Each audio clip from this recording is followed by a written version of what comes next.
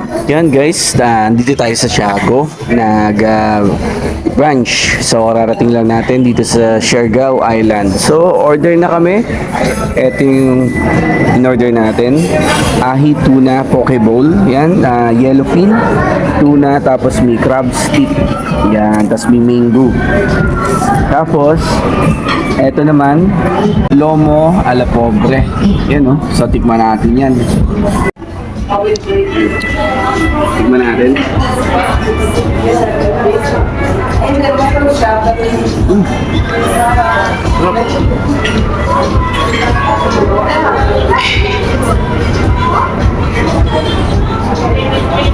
Grabe, sarap.